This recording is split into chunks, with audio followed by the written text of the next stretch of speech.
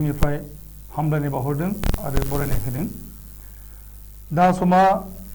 कर'ना भाइरासनि जोहै मुलुगनाङैनो मोनसे गिख्रंथाव थासारि जाफुदों। गोबांसा थैग्लुंनायनि रादाब होफैबाय थादों आरो बे हालोदा भारताव गोबाङैनो गोहोम गोग्लैनो लागै हमदों। भारताव थांनाय 22 मार्च खालि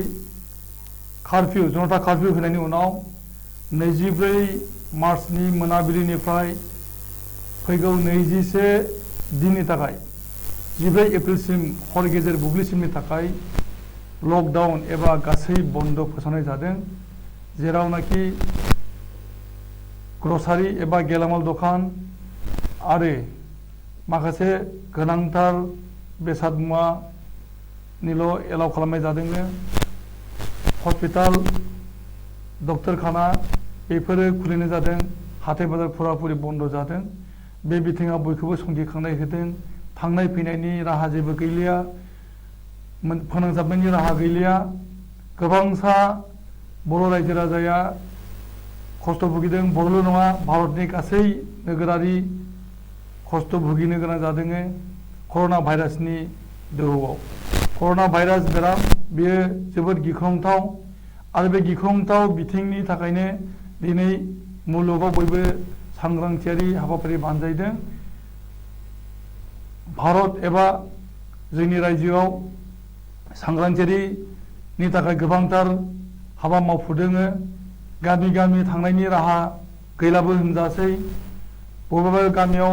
हाबनो थाखाय लामा गैलिया। रायजो राजाफ्रानो सांग्रां जानानै लामा होबथादों। जोंसि औवा जोंसि जेवरा दुमथेदों लामाफोराव लकडाउन हाबाफारि मानिनायनि जुनै। बेजों लोगोसेनो जानाय लोंनायनि थासारि गोबां जारलायाव फैदों। गोबां बर' सुबुं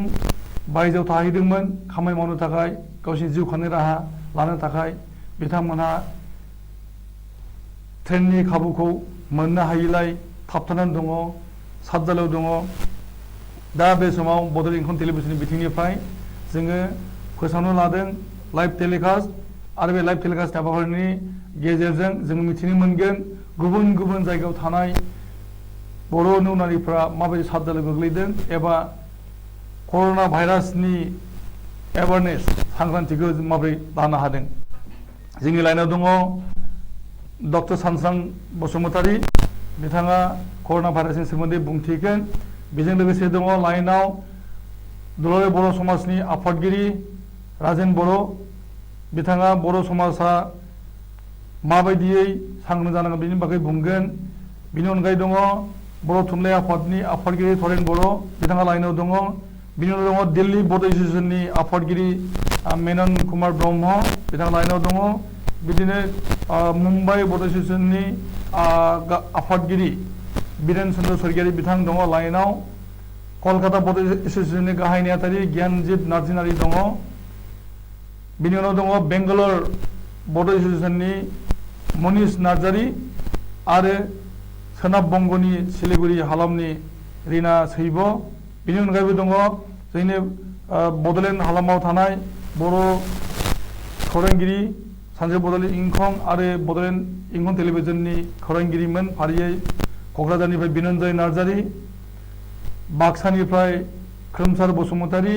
उदालगुरि जिल्लानिफ्राय प्रफुल्ल बर' आरो फिरज खान बसुमतारी, लोगोसेनो कार्बि आंलं जिल्लानि बसुमतारी। आरो बे लाइभ टेलिकास्ट हाबाफारियाव गोबांसा रायजो राजायाबो जानबुंनि गेजेरजों बाहागो लाहरनो हागोन। जानबुंनि नम्बर जाहैबाय 8135980590। बुंफिनदों 8135980590। बे नाम्बारखौ नोंथांमोना टेलिभिजन स्क्रिनावबो नुनो मोनदों। 8135980590 बे जानबुं नाम्बाराव डायेल खालामोब्ला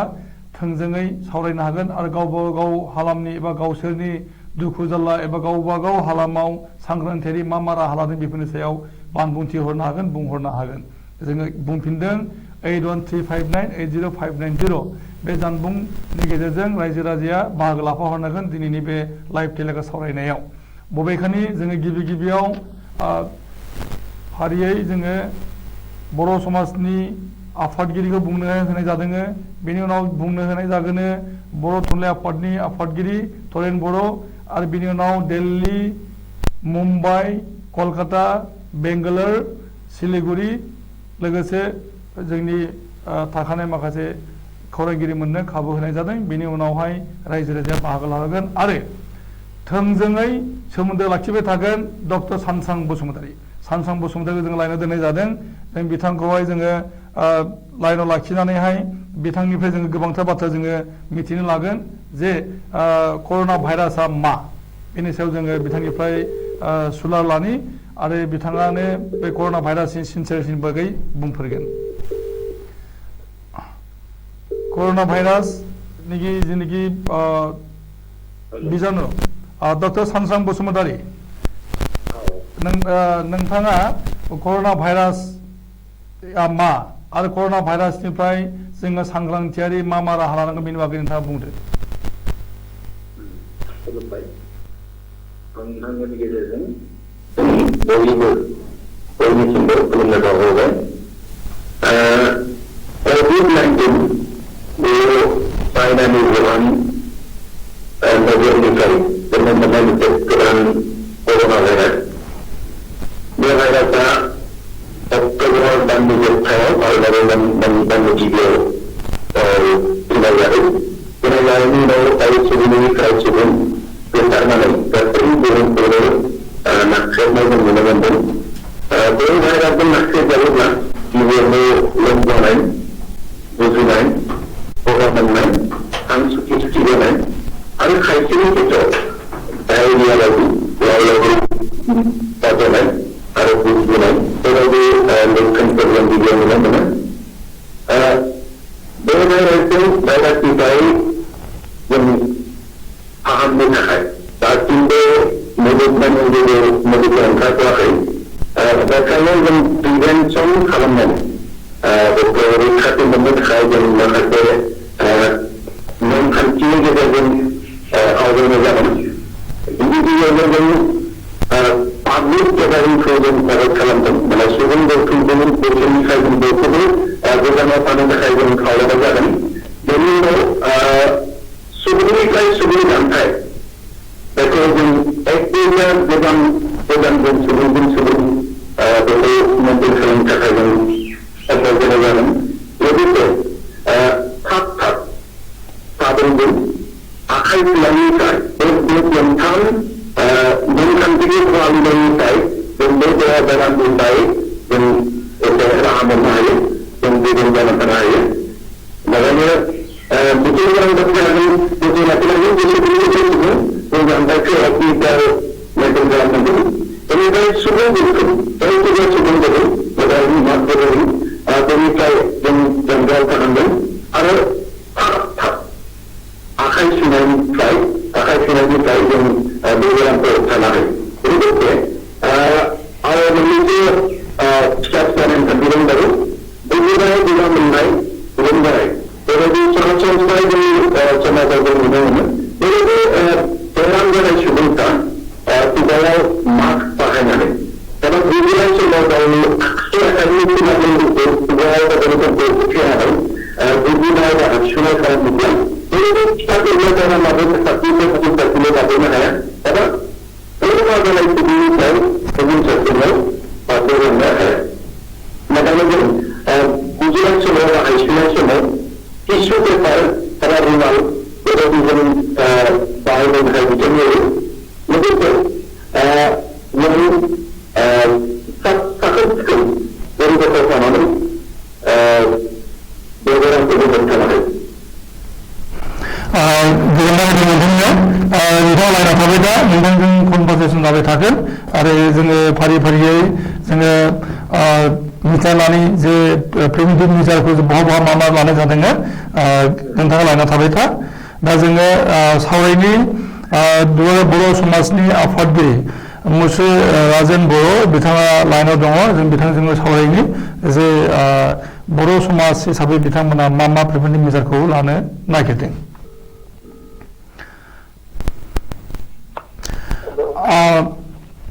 दुलाराय बर' समाजनि आफादगिरि हिसाबै नोंथाङा आथिखालाव कर'ना भाइरासनि जुनै मा सांग्रांथियारि लाहोनो लुबैदों रायजो राजाखौ आरो नोंथांनि गौथुमा मा खामानि मावबाय थादों बेखौ नोंथां बुंग्रो। दिनैनि तारिखाव मुलुगनि बयनिख्रुइ गिख्रंथावसिन बेरामा जाहैदों कर'ना भाइरास। बे कर'ना भाइरासआ चीन देशआव उत्पन्न जानानै मुलुगाव Iran, Italy, Spain, Britain, even देन आमेरिका, भारतबर्षआव बेबायदिनो मुलुगाव गासिबो साग्लोबजोब्बाय। बे जोबोद गिख्रंथाव जादों। दा बर' हिसाबै बर' सुबुंफ्रा माबायदि प्रिभेन्टिभ मेजार लानायनि गोनांथि दङ? दाना बिनिफ्राय बे जानाखि कर'ना भाइरासनि साग्लोबनाय बेरामखौ हमथानो थाखाय दिनै बर' मानसिफ्रा भारतनि मानगोनां प्रधानमन्त्रि नरेन्द्र मोदीआ जेरखम भाबै जोंनि बिथोराव तालाबन्द बे जनता कार्फ्यू बे हाबाफारिफोरखौ फोसावदों। दा बे हाबाफारिफोरजों थांबानो बे हाबाफारिफोरखौ मानिना थांबानो जोंनि बर' मानसिफ्राबो कर'ना भाइरासनिफ्राय गोजानाव थानो हागोन, एंगारना थानो हागोन होननानै जों बुजियो आरो जों बेखौनो सानो। जेरखम भाबै एज फर एग्जाम्पल दिनै मुलुगनि सिकित्सा बिगियाना होनना बुंदों जे कर'ना भाइरासआ देहायाव मोनथाम लामाजोंल' हाबो। मोनसेया जाहैदों खुगाजों हाबगोन, मोनसेया जाहैदों मेगनजों हाबगोन, मोनसेया गन्थंजों। आरो बेनिफ्राय बेजों हाबनायनि बन्द' खालामनो थाखाय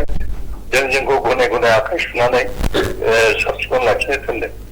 दा बेफोरबायदिखौ जोंनि बर' मानसिफ्रा नरेन्द्र मोदी फोसावनाय भारतनि गाहाय मन्त्रि मानगोनां नरेन्द्र मोदी फोसावनाय लगे लगे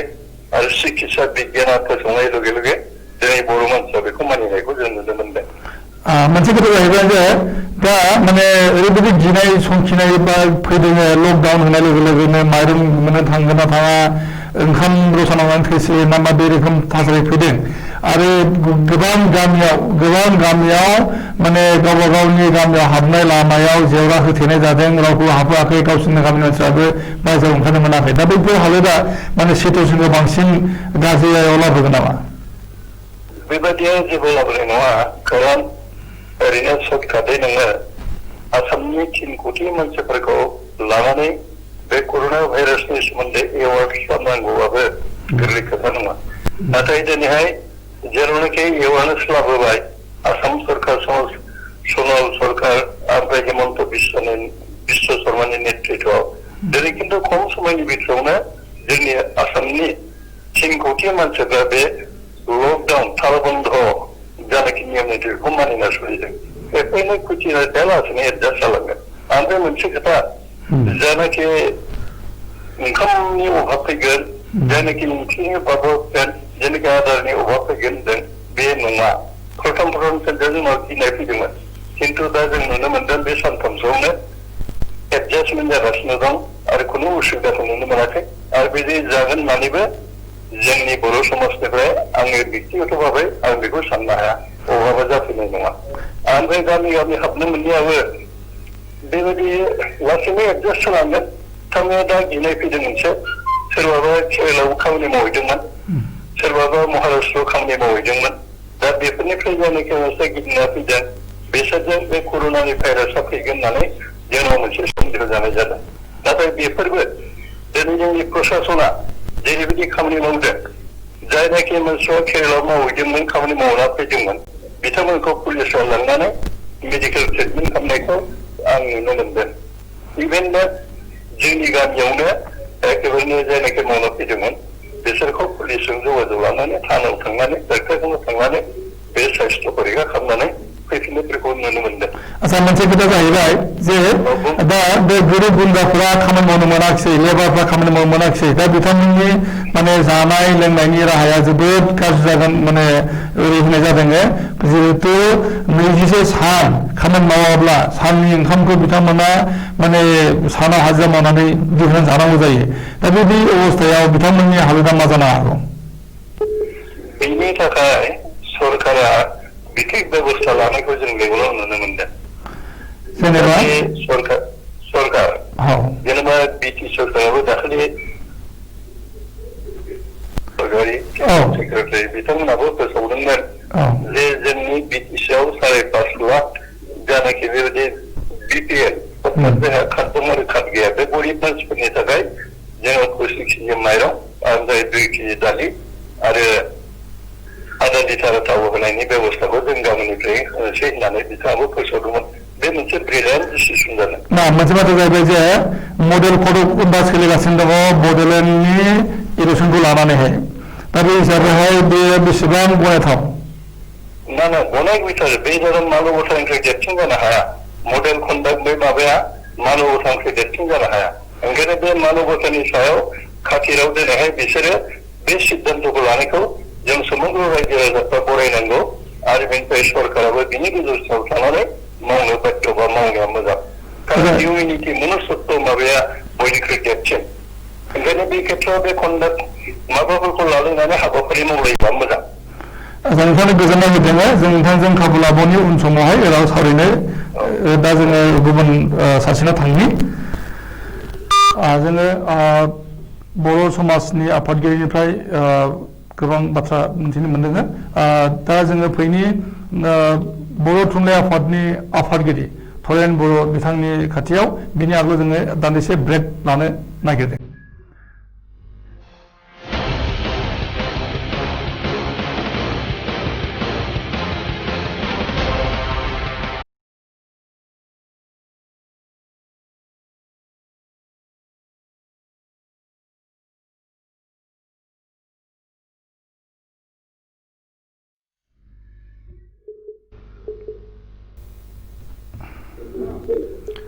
दा जोङो फैफिनदों। दा जोङो बर' थुनलाइ आफादनि आफादगिरि थरेन बर' बिथांजोंनो जगाजग खालामदों। আপোনাক অনুৰোধ কৰিছো যে ওচৰৰ এয়াৰটেল শ্বপত जोङो लाइनावहाय डिस्टार्ब जादों।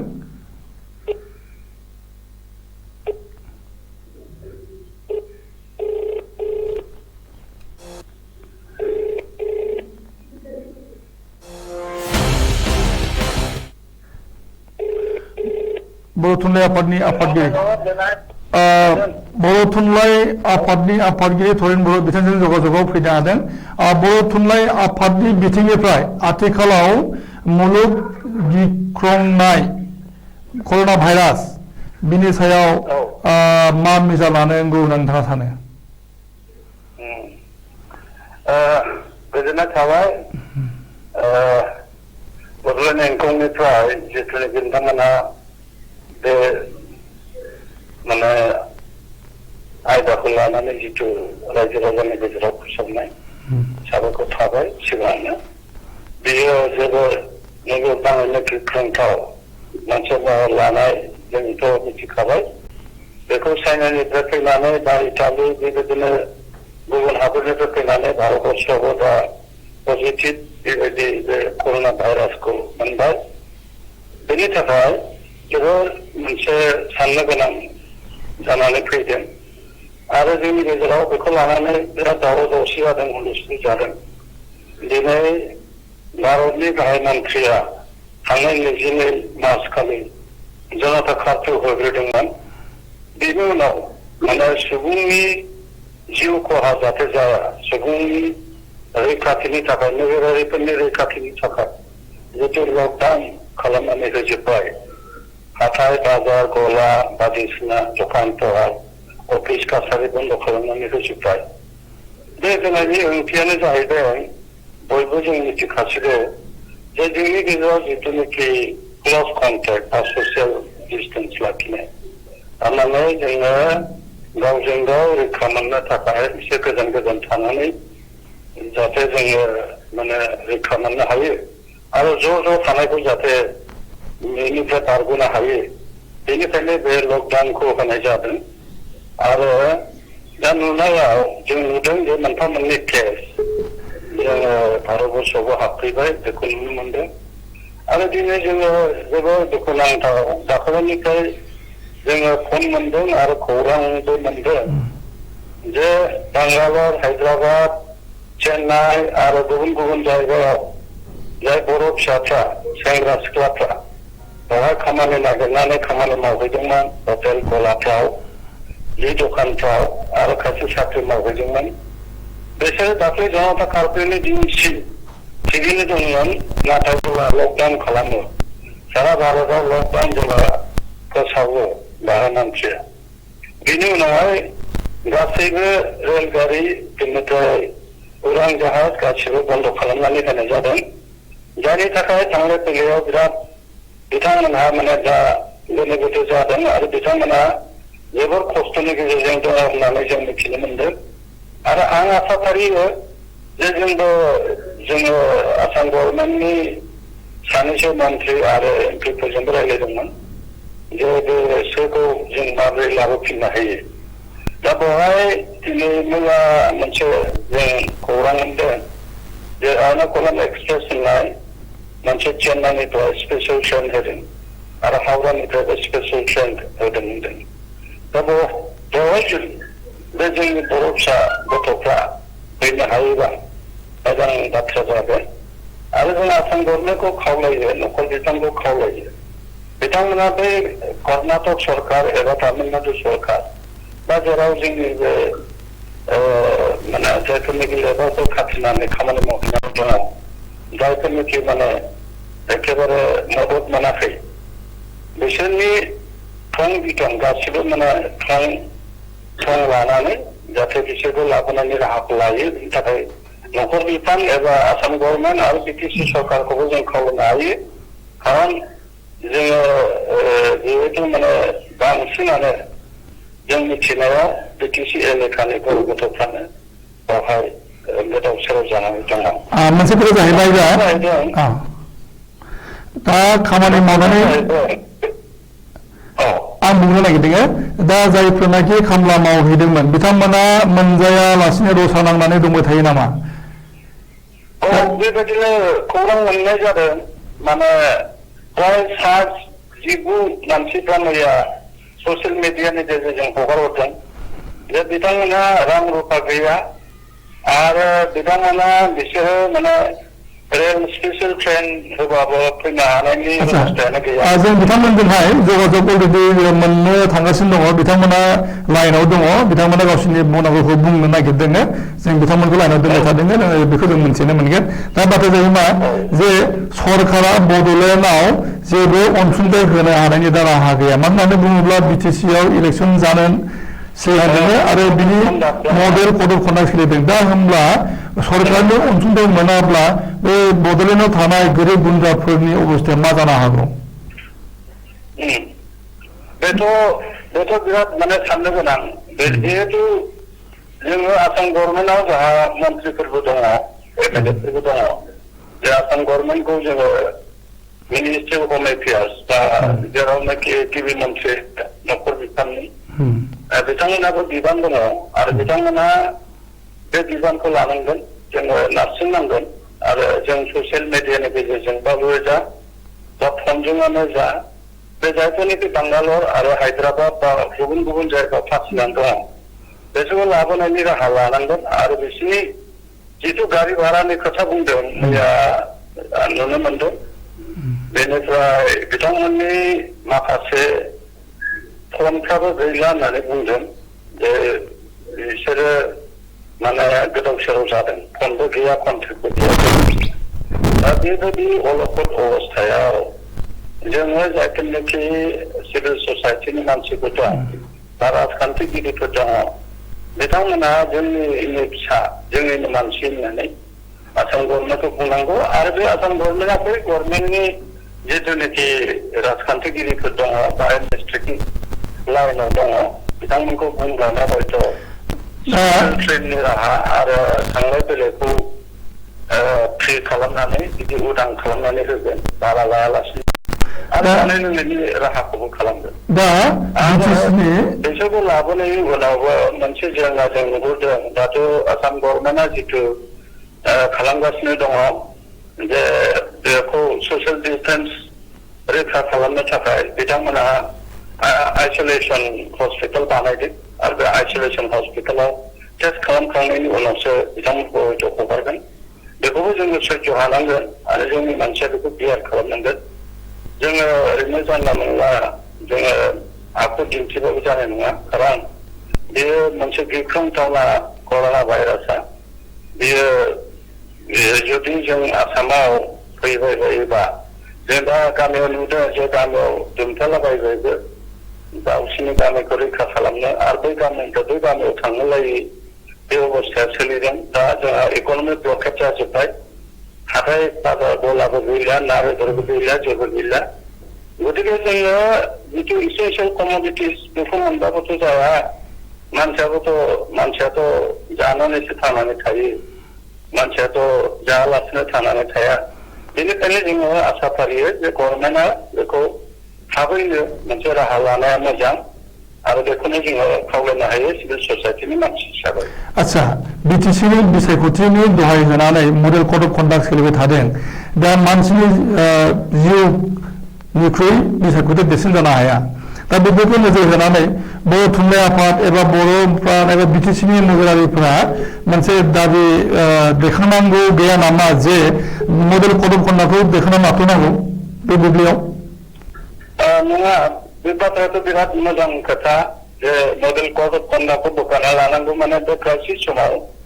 नोंथाङा जिथु आंखाल नुजाथिदों क्राइसिस महामारि जायखौ होनदों बे समाव उथायनानै लानो हायो बियो माने इलेक्सन कमिसन दङ सायख'थि आयग बे सायख'थि आयगजों हयथ' रायज्लायनानै बेखौ माने बिटिसि सरकारा बा जोंनि सिभिल ससाइटि नोंथांमोनहा बायदि जोङो हयथ' बिथांमोनखौ जों खावलायनो हायो मेम'रेन्डाम होनो हायो जे बेबायदि बिपद समाव बे कड अफ कन्डाक्टखौ दोनथ'नानै जाहाथे जोङो राङारि मदद आरो जानाय लोंनाय मददजों लोगोसे बायदिसिना हेफाजाबथि जों होनो हायो बेखिनिया माने मोनसे मोजां मोनसे स्टेप जागोन होननानै आं सानो आरो आं आसा फारियो बे थाबैनो बिथांमोना जिहेतु गभर्नमेन्टआव दंफायो आसाम गभर्नमेन्टजों दंफायो बिथांमोना हयथ' बे खामानिखौ मावोब्ला हयथ' इयुनाव माने बेयो मोनसे जोंनि हारिनि थाखाय एबा मानब जातिनि थाखाय मोजां खामानि मावनाय जागोन होननानै आं सानो बर'नि आफाद होनब्ला हारियारि आफाद होनना बुङोब्ला बर' थुनलाइ आफादनि जोबोद बिहोमा बे हिसाबै बर' थुनलाइ आफादनि फारसेनिफ्राय बेनि सायाव मिजार लानो हाया नामा हायो जोङो बेखौ जोङो खावलायनो हायो आं मैया एमपिजोंबो रायज्लायहरदोंमोन ओमफ्राय आङो मिनिस्टारजों फनाव जगाजग खालामनो नाजादोंमोन मोनाखिसै दा थांलाय फैलायाबो बिदि उसुबिदा जादों गतिके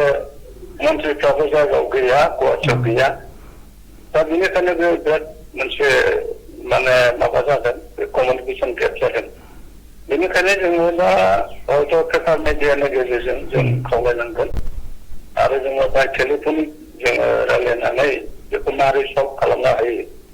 बेखौ जोङो सावरायनांगोन खारन बेथ' दा टाउन सहरनिल' खोथा नंला गामि गामियाव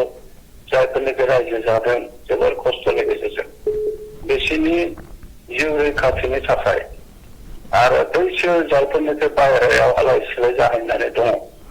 बिसोरनि जिउ रैखाथिनि थाखाय जोंनाबो मोनसे खामानि मावनाया मोजां जोंथ' बेखौ सानगासिनो दङ नाथाय खोथा जाहैदों जोंनाव क'अपारेसन नांगोन जोङो माने अनसुंथाइ नांगोन सरकारनि अनसुंथाइ नङाबा हयथ' जोंनि जायफोरनिखि समाजारि जायफोर फसंथान दङ बिथांमोना मावनाया हयथ' गोब्राबसै नोंथांनो गोजोननाय होदों बेखिनि बानबुंथि लाबोनायनि थाखाय आरो नोंथाङा लाइनाव थाबाय था जों नोंथांजों जगाजग खालामनायनि खाबु लाबावगोन गोजोननाय होदों नोंथांनो दा जोङो बे समाव दिल्लीयाव दङ मेनन कुमार ब्रह्म दिल्ली बर' एस'सियेसननि आफादगिरि जों बिथांजों जगाजग लानि बिनि सिगां जों दान्दिसे ब्रेक लानि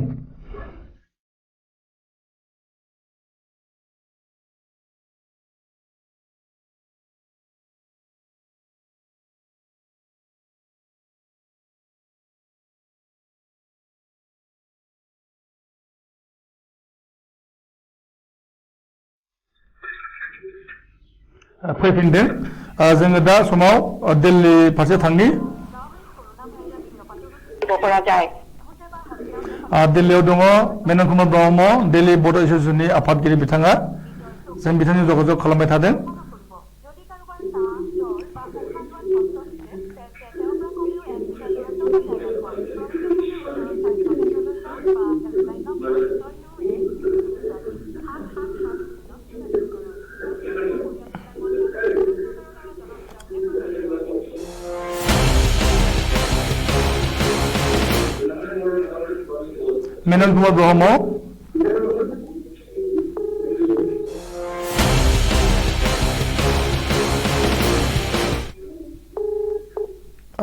मेनन कुमार ब्रह्म फ्रम दिल्ली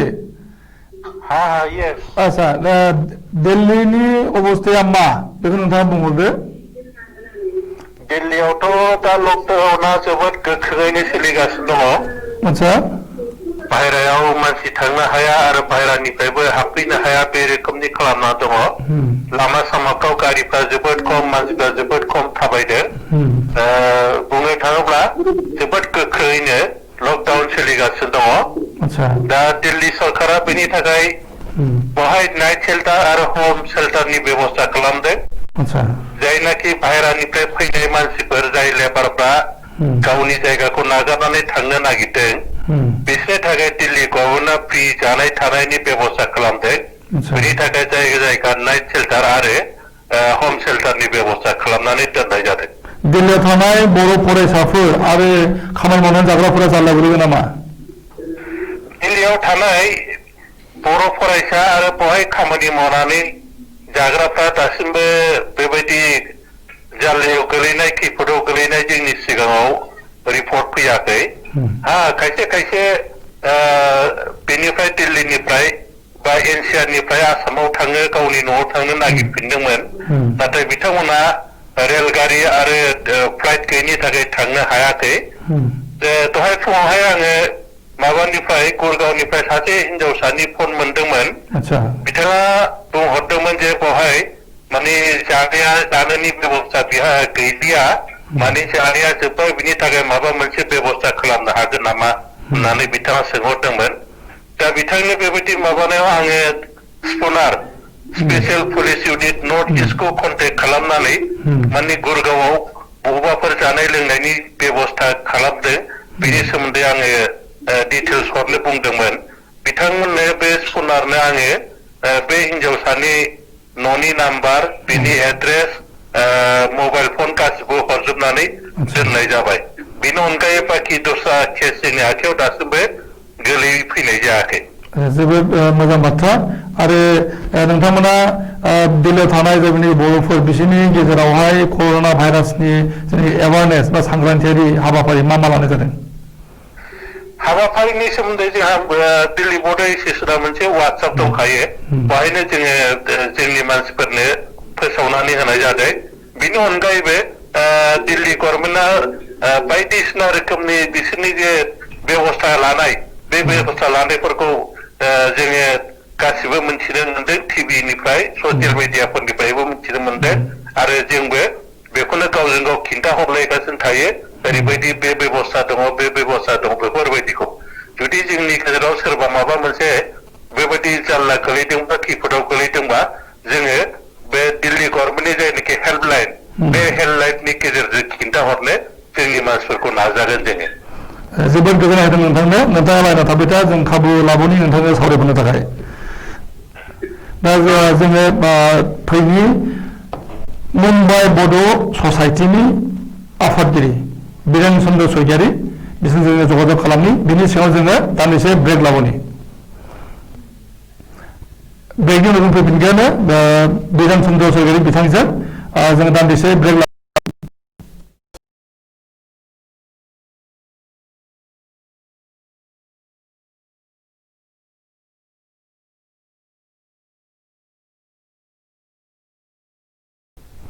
फैफिनदों जोङो दा जगाजग लानि मुम्बाइ बड' ससाइटिनि आफादगिरि बिरेन चन्द्र स्वरगियारि बिथांजों मुम्बाइआव थानाय बर'फोरनि खैदां खैफोदनि जोङो सावरायनि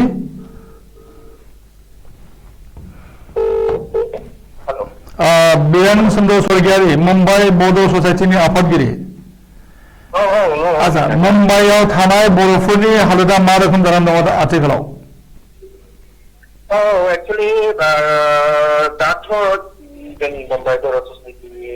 माखासे मानसिफोरा मोजाङैनो दङ जायफोरा अलरेडि स्टार्टिंआव थांदोंमोन बिथांमोना एसे गेदेर गेदेर जायगायाव माने प्रब्लेम जाहैदों खिन्थु जोङो मुम्बाइ बर' ससाइटिखौ अलरेडि जोंनि मेम्बारफोरखौ जोङो साबधान खालामदोंमोन न'निफ्राय थांनाङा जेरावबो ओंखारनाङा गतिके गासैबो गावनि गावनि जायगायावनो दङ जों गासैबो मोजाङैनो दं आरो गासैबो आच्छा बिनिफ्राय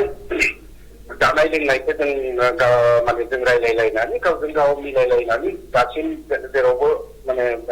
जायफोरा बायजोनिफ्राय मोननोथ' मोननो मोनाबाबो जाय हायो जेरै हायो जों शेयार खालामगासिनो दङ बिनि उनाव मुम्बाइ बेलेग जायगाफोराव जोंनि मानसि गैया आरो जोंनि मानसिफोरा जायफोरा दङ मुम्बाइआव बिराद सेफ जाना दङ दासिमबो जों खबर मोनगासिनो दङ लोगोसे जायफोरा बेमारिमोन बेमार माने केन्सार बेमारि जायफोरा सम्भावनाव दङ बिथांमोनाथ' बेयावनो दङ जायफोरा हस्पिटालाव दङ हस्पिटालावनो दङ मात्र जों थांलाय फैलायबो खालामनो हायाखै आरो खिन्थु जों कन्टेक्टआव दंलायो आच्छा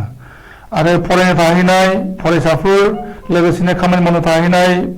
गोबां खामानि मावग्रा बर' मानसिफोर बिसोरनि हालोदा मा रोखोम स्टुडेन्टफोरखौ अलरेडि जोंनि डेडलक जानायनि आगोल लकडाउन जानायनि आगोल इउनिभार्सिटिफोरा बन्द होदोंमोन गतिके मेक्सिमाम स्टुडेन्टफोराथ' सुटियाव न'आव सहैजोबदों खामानि मावग्राफोराबो जों जानायनि आगोलनो गासै मुम्बाइ बर' ससाइटिया जोंहा 7टा साब कमिटि दङ जोङो बयखौबो एलार्ट खालामदों नोंथांमोना जोंनि पारमिसन बा जोंखौ खबर होआलासिनो जेरावबो थांनाङा लकडाउनसिम बिथांमोना रावबो थाङाखैमोन बिराद सेफ जाना दङ जायफोरा थांदोंमोन अलरेडि बिसोर डेस्टिनेसन गामि एबा गुवाहाटि सहैदों आरो बाखिनि गेजेराव गोलैसोना थायाखै आच्छा नोंथांनो गोजोननाय होदों आरो नोंथाङा लाइनाव थाबाय था जों नोंथांजों सावरायनो खाबु लाबावगोन दानिया जों फैनि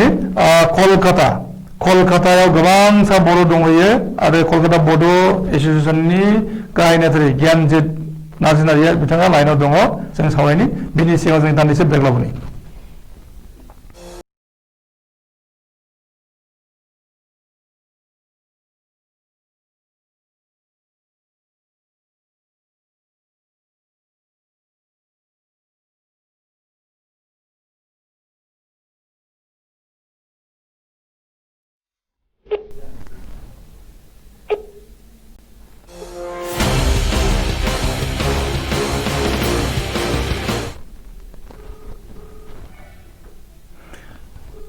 फैफिनदों जोङो दा कलकाता बड' एस'सियेसननि गाहाय नेहाथारि गियानजित नार्जारि बिथांजों जों जगाजग खालामदों गियानजित नार्जारि माबोरै दङ कलकातायाव बर'फोरा आच्छा कलकातानि बर'फोरा माबोरै दङ बयबो मोजाङैनो दङ तबे सिथा मोनसे मोननै घटना दङ आच्छा जेटा जोंनि बर' प्रेसिडेन्ट अरुण ब्रह्म बिथांनि फिसाजोआ बाहेरावहाय दङमोन आच्छा दा बे दाबोनो न'आव फैनो हायाखै राजस्थानावहायनो आच्छा दा बिराद नागिरनानै एसे आलासिनि न'आवनो हाबना थादों इयो दा आरो दानिया आब' अरुण ब्रह्मनि आरो बियादै ट्रिटमेन्टनिखौनो हायद्राबादाव थाङामोन बा लास्ट नाइटआवहाय बियो फैया दमदमावहाय आच्छा ओमफ्राय दमदमाव फैनानै हर बियो 12टा 11टा जाबायमोन बिनि न'आव दङ पिकनिक गार्डेनाव न'आवबो सोआखै आच्छा न'आवबो सोनो हायाखै बे गुबुनफ्रा बे आबासननि जे मानसि दंमोन बिसोरबो सोआखै मा बे गिनानैहाय जिहेतु कर'ना भाइरासआ एमोननि जिनिस जे थोब्ला जाय नों सहযোगिता खालामनो थांनाय बिनियावनो बियो बारदेरो बिनियावनो बारसननाय जायजोंनो लुबैब्लाबो रावबो माने साहस खालामनानै फैयामोन मा ना सोरबा बर'फोरनाव कर'ना भाइरास जाबाय नामा कलकातायाव सोरखार रावनोबो जायाखै तबे बयबो कनसास चन्द्रबाबुनि चिफ मिनिस्टारबो मोजां खामानि मावगासिनो दङ कनसासखौ एलार्ट आरो जों लकडाउनावहाय न'आवनो दङ तबे जों गावजों गाव रायज्लायगासिनो दङ जगाजग दङ बयबो मोजां दङ आरो मुलिफ्रा मोननायाखै मा दा आरो जानाय लोंनायालाय मथा-मथि मोनदों खिन्थु मुलिनि क्राइसिस जादों दा आच्छा मुलि आंनो मिसेसनि मुलि नांगौमोन तो मोनसे मुलि बायनो आङो 5 घन्टा नांदों आङो आच्छा दा थांनाय फैनाय हान्थामेलाफोरा थांनाय फैनाय गारि मटर खारनायफोरा माबोरै जादों लकालिहाय इम्पर्टेन्ट जेने डिउटि दंलायो आरो किछु माने इमार्जेन्सि खामानि आरो मेडिकेल खामानिब्ला गारिखौ हगारो आरो नाथाय कोनो गारिया माने एकदम लकडाउन जेबो लकडाउन गारिया सोलियाखै তবে কিছু বহাই মানে হিউম্যানিটি গ্রাউন্ডआवहाय नुयो आङो जे কিছু बेजेथ' लेबारफोर दङ जेरखम मुर्शिदाबादनि लेबारफोर दङ बा नर्थ बेंगल कुचबिहार ओमफ्राय आसामनिबो लेबार ना गोबां मानसिफोरखौ लकडाउन माने फालियैनि थाखाय पुलिसआ बुनायबो खोनादों कलकातायाव बेयो जों खालामदों बिसोर मानियाखै जाया लकडाउन लाखौ जाया मानियाखै बिसोरखौबो माने सोदों तारपरे केसबो होदों बेबो दङ तबे बिसोर मानबिक मुखबो दङ जे जेखम नोङो कुचबिहारनिबो नर्थ बेंगलनिबो ओमफ्राय मुर्शिदाबाद ओमफ्राय आसामनिबो किछु कुचबिहारनिबो सेंग्राफोर कुचबिहार धर्मतलायावहाय ज' जाफैबायथ' ट्रेना लास्ट ट्रेन फैनानै स्पेशल ट्रेना बिसोरखौहाय बे गारि होयैहाय माने थुहरदों आच्छा नोंथांनो गोजोननाय होदों जों नोंथांजों जगाजग लानो नाजाबावगोन नोंथाङा लाइनाव थाबाय था आच्छा दे दानिया जों फैनि बेंगालर बड' एस'सिएशन बेंगालराव गोबां फरायसाफोर दंहैयो गोबां थाबथानानै दं होनना बुंनाय जादों बेंगालरनि साखाथियाव थानाय माइसरावबो गोबां मानसिफ्रा खामानि मावनानै थाबथादों होनना बुंनाय जादों जोङो सुलंलानि बेंगालर बड' एस'सिएशननि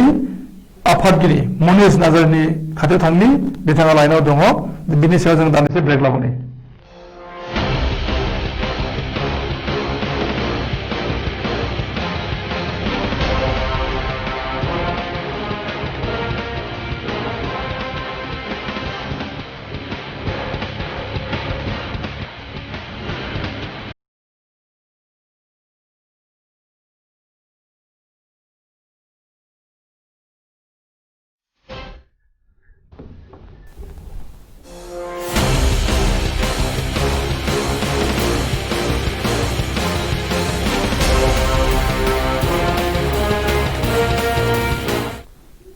ಮೂಲಕ ಜಾಯಿನ್ ಮಾಡಲಾಗಿದೆ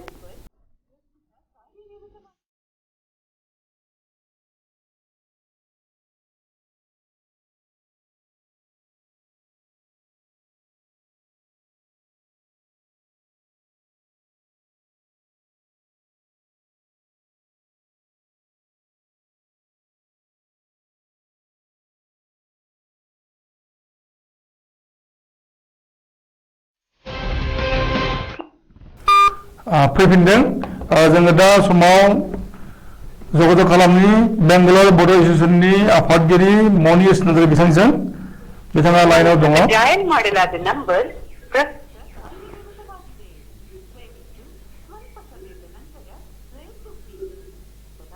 लाइनाव डिस्टार्ब जादों जोङो आरो गुबुन सासेनाव थांनि रिना सैब बिथाङा सोनाब बंग बर' गुदि फोरोंगिरि आफादनि आफादगिरि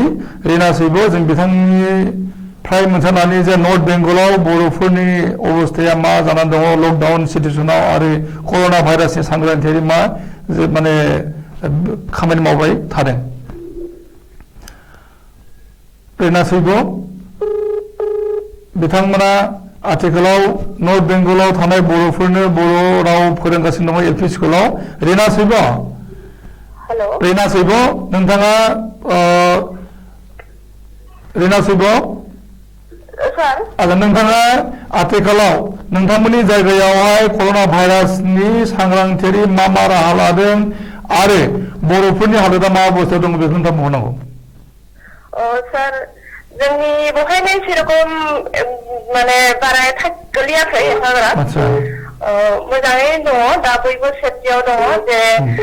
सरकारा जेभाবে निर्देश होदों जे मास्क गाननानै ओंखारनो एबा माबा आखाइफोरखौ बार सुनो बेफोर नियमखौ जों खालामगासिनो आरो लकडाउन जादों बे लकडाउन नियमखौ जों पालन खालामगासिनो दङ हाथाइ बाजार आरि बन्द जाजोबदों आरो जोङो फ्राय गामिनि मानसियाबो सेफआवनो दङ सेफआवनो दङ ना दे होमबा नोंथांनो गोजोननाय होदों नोंथांनो दा जों फैफिननि आरो बेंगालर बड' एस'सिएशननि आफादगिरि मनिष नार्जारिनि खाथियाव मनिष नार्जारि बिथाङा लाइनाव दङ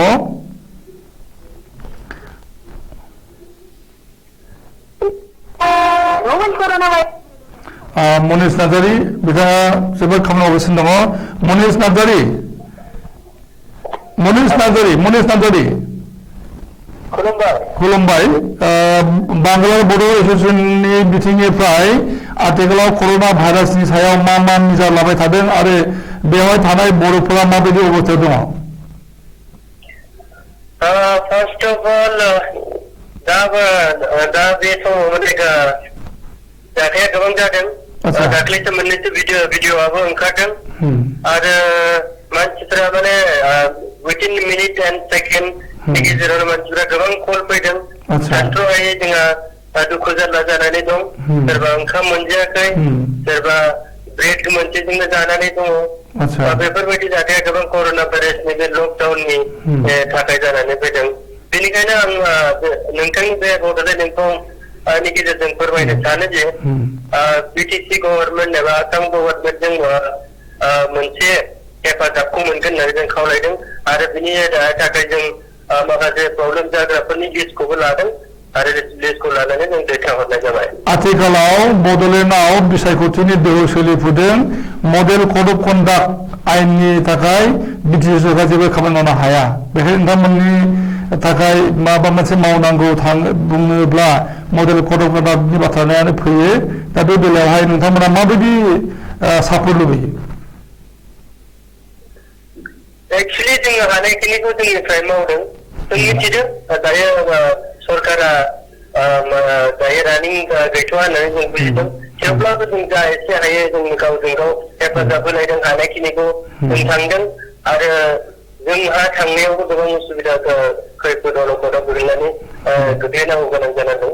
मानो होनोब्ला सोरबा जुदि लकडाउननि गेजेरजों सोरबा थाङोब्ला 140फोरनि गेजेराव जों पुलिसिं होसो जानांगौबो जानानै फैदों थेवब्लाबो जों हानायबायदिखौ जोंनि बेंगलर बर' वेलफेयार एस'सिएशननि जानानै जोङो मावगासिनो दङ। आচ্ছা सोरबा बर' मानसि बेंगालराव कर'ना भाइरास नांजाबाय नामा? दिनैसिम गैथ'वा बेबायदि खबरा गैथ'वा। आচ্ছা होमबा नोंथांजों जोङो जगाजग लाबोनि उनावहाय दा जों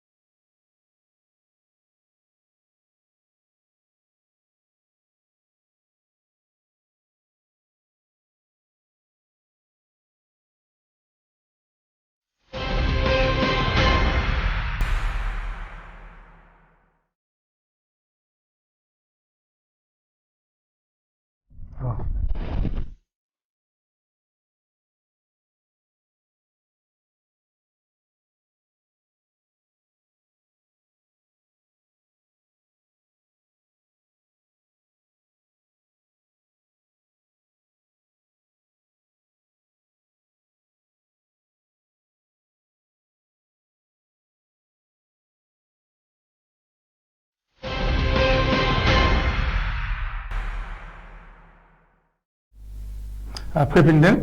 दा समाव जोङो बड'लेण्डनि उथुमाय क'क्राझाराव बड'लेण्ड इंखं टेलिभिजननि रिपर्टार दङ बिनन्जय नार्जारिनिफ्राय जों मिथिना लानि जे आथिखालाव क'क्राझारनि हालोदा मा रोखोम आरो क'क्राझार होननानै बुंनाय लोगो लोगोनो जोङो बुंनांगौ जादों जे दासान्दि बिटिसि इलेक्सननि थाखाय मडेल कड अफ कन्डाक्ट सोलिबाय थादों जायनो सरकारा जेबो मावनो हाया ओरैबायदि हालोदाव दङ दा बेफोर बिथिंखौ लानानैहाय दा बर'फोर एबा बड'लेण्डनि नोगोरारिफोरा जोबोद आख' गोग्लैदों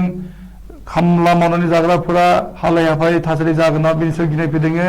आरो कर'ना भाइरास बे बेरामा बर'फोरनाव एबा बड'लेण्डआव थानाय नोगोरारिफोरनाव सन्देर जानांगौब्ला जाफैनांगौब्ला मा हालोद जानांगौ बेनि सायाव जोबोद गिख्रंनाय थासारि दा बिनि सायाव जोङो सुलालानि बिनन्जय नार्जारि दासान्दि बड'लेण्डनि हेडक्वार्टार क'क्राझारनि हालोदा मा रोखोम? औ सार जिथु कर'ना भाइरासखौ लानानै जिथु भारत आरो आसाम सरकारा 14 दिन न'आव थानो थिनदों 14 एप्रिलसिम बिनि सायाव जों माखासे थासारिखौ नुनो मोनदों बेवहाय गिबियावनो आं बुंनांगोन बाहेरनिफ्राय फैनाय जिथु सुबुंफोरखौ बेवहाय सोरबा कर'ना भाइरासजों एफेक्टेड जानाय नामा बेखौ नायबिजिरनो थाखाय क'क्राझार आर.एन.बि हस्पिटालाव बिनि नायबिजिरनायनि राहाखौ खालामनाय जादों बेवहाय दिनैसिम बुंनो थाङोब्ला आसामावनो जेरैहाय कर'ना भाइरासनि एफेक्टेडखौ मोननाय जायाखै थिग बेबायदिनो क'क्राझारनि गेजेरावबो मोनाखै थेवब्लाबो जों बुंनो नांगोन जितु कर'ना भाइरासखौ लानानै समयसाया सोमजिदों बेवहाय हाथाय बाजार गैया लामा सामा मोनफ्रोमबो गामिनि लामाफोरखौ गाव गाबागाव गामिनि हाबजेननाय लामाफोराव बन्द' खालामनाय माखासे नुथायफोरखौ जों नुनो मोनदों आरो बेजों लोगोसेनो 3टा 4टासो समाव पुलिस बिफानफोरा फैनानै गामिजों माखासे सुबुंफोरा हान्थिनाय सुबुंफोरखौ लोगो मोनोबा थारा-थामफ्रा बुनानै थांनाय थासारिखौ जों नुनो मोनदों सार। आच्छा दा बाथ्रा जाहैदों जे गोरिब गुन्द्राफोरनि बाथ्रा गोरिब गुन्द्राफोरा खामला मावना जाग्राफोरा मा हालोदाव दङ? दाथ' सार माखासे जानाय लोंनायनि बेलायाव बुंनो थाङोब्ला मेनलि प्रब्लेमा फैदों संख्रि बानलुनि प्रब्लेम जेरावहाय आं मैयानि समाव नुदों गामि गामि गिदिंनानै सोरबा संख्रि गैया सोरबा बानलु गैया सोरबा बानलुनि आंखालनि थासारियाव ओंखाम ओंख्रि संजायाखै बिनिफ्राय बिनि गेजेरावबो बुंनांगोन माखासे गामि ओरैबायदि गामि दं दैलिक हाजिरा मावनानै दिन हाजिरा मावना सोलिग्रा सुबुंफोर दं बिसोरथ' सोरबायानो मथथे सानाव बोथिनै ओंखाम जायोबा बिसोर बोथिसेल' ओंखाम जानाबो बिसोर गावनि जिउखौ खुंबोगासिनो दं बेबायदि थासारिखौबो आं नुनो मोनदों सार। आरो बिटिसि सरकारा गोरिब गुन्द्राफोरनो 25 केजि माइरं 2 केजि दालि आरो आधा लिटार थाव गोथां राननानै होनायनि बाथ्रामोन बे बेलायाव मा मावगासिनो दं बिटिसि सरकारा? जितु बिटिसि सरकार बा दा रानिं सरकार बिपिएफआनो बिथांमोनहा साननैसो सिगां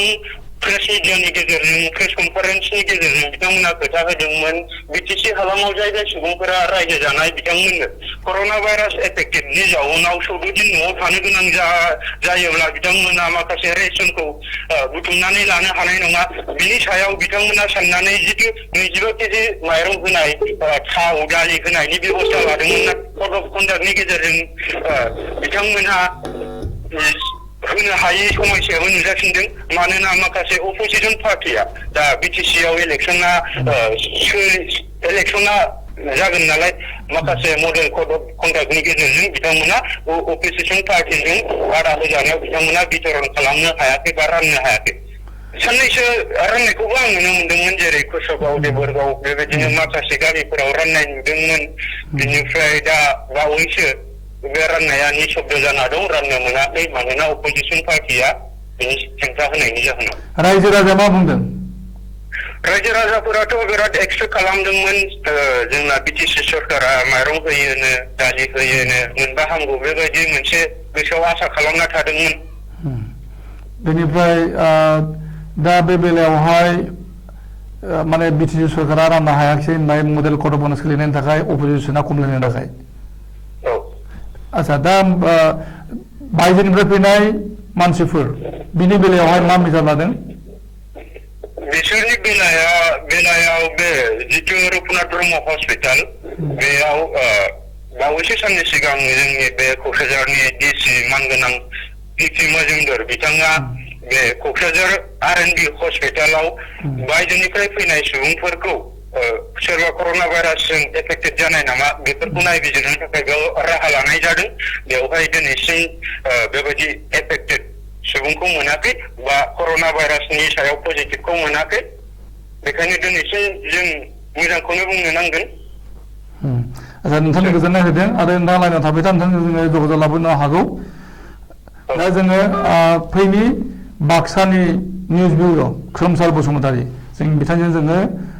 जगाजग खालामनि बाक्सा जिल्लायाव मा हालोदाव दङ कर'ना भाइरास आरो लकडाउन हालोद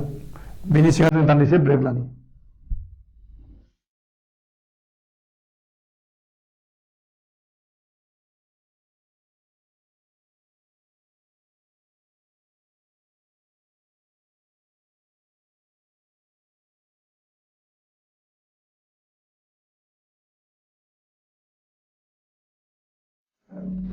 फैफिनदों दा बाक्सानि निउज बिउर' खोमसार बसुमतारी जों बिथांजों जगाजग लादों। खोमसार Basumatary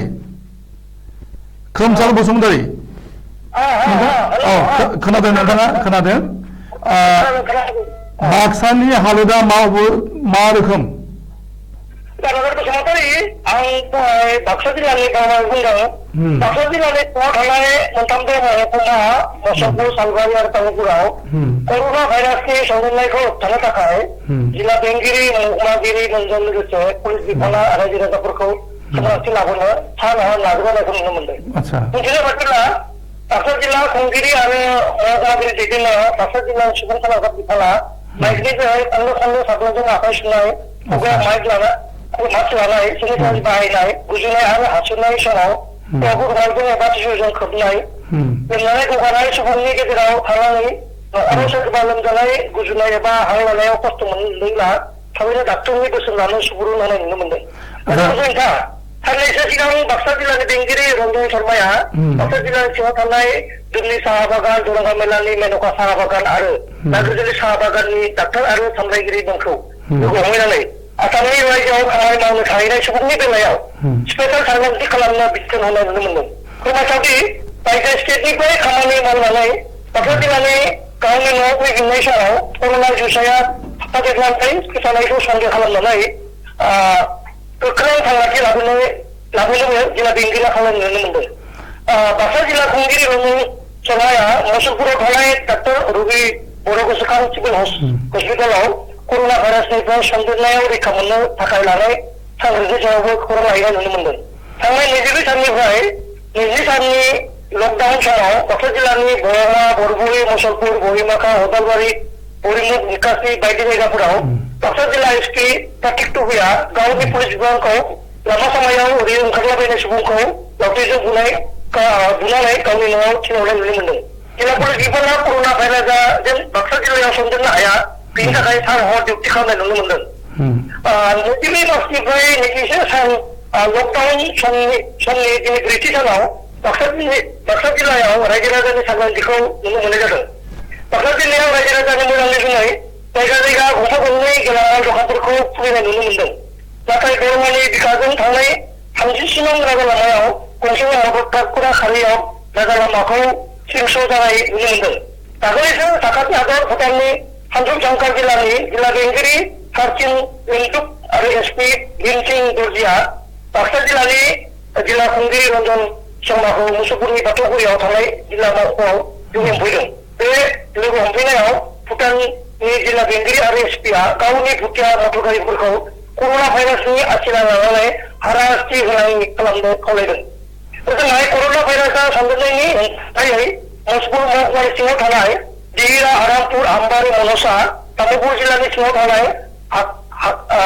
Hakata Balawari, kami semua purau, buntai kami semua purau, lockdown semua habis hari ni takai, uang Buddhis ni takai yang lama berku, Cina ni benar benar. Kakak itu Baksa Jillaनि Konggiri Dunia Sahabagan Boroma, masuk pun Andrai makasih, coba berau cerita je sampai mungkin semua. Asa Kemsar. आथिखालाव खामला मावनानै जाग्रा मानसिफोर आरो गोरिब मानसिफोरनि हालोदा मा रोखोम दङ? दा जोंनि बाक्सा जिल्लायाव जाय खामला हाजिरा मावनानै जाग्रा बिथांमोना जोबोद खस्थ' मोनगासिनो दं मानो होनबा बिसोरो टाउन सकफोराव जेरैबायदि खामानि मावोमोन बिथांमोना मावनो हायाखै आरो लामाफोराव ओंखारनो हायाखै जायनाखि माने उन्दै उन्दै माने गोरिब गुन्द्राफोरा जाय माने दैलि मावनानै जायो बिथांमोना जोबोद माने बे लकडाउन समाव खस्थ' मोनदों बिथांमोना मानो बिथांमोना ओंखारनो हाया ओंखारबानो माने पुलिसआ माने बिथांमोनखौ लावथि होयो बेनिखायनो जोबोद माने उसुबिदा फैदों आरो बिथांमोना सरकारनि सायाव मा आसा खालामनानै दङ? दा बिथांमोना माने जेरैहाय भारतनि गाहाय मन्त्रि नरेन्द्र मोदीया माने फोसावनाय बादियै माने जिथु माइरं सिनि साहा बा दालि होनायनि बाथ्रा बुंदों बेखौबो माने बिटिसिफोराव जायोब्ला हामगौ सानदों नाथाय बिटिसिनि बिसायख'थियाव माने दा माने फट' कन्टाक्ट जानायखाय मोननो हायाखै बेखौ दुखु फोरमायदों नाथाय माने दाख्लै हाग्रामा महिलारि बिथाङा माने फोसावनायखौ जोबोद गोजोननाय मोनदोंमोन नाथाय बे बिसायख'थिनि थाखायनो मोनैयाव बिथांमोना जोबोद माने दुखु मोनदों आरो आच्छा नोंथांनो गोजोननाय होदों नोंथाङा लाइनाव थाबाय था नोंथांखौ जोङो आरो जगाजग लाबावनायनि खाबु दं होबावनि दा जोङो फैनि उदालगुरियाव दङ उदालगुरि जिल्लानि निउज बिउर' प्रफुल्ल बर' जों बिथांजों जोङो जगाजग खालामनि बिनि दान्दिसे ब्रेक लाबोदों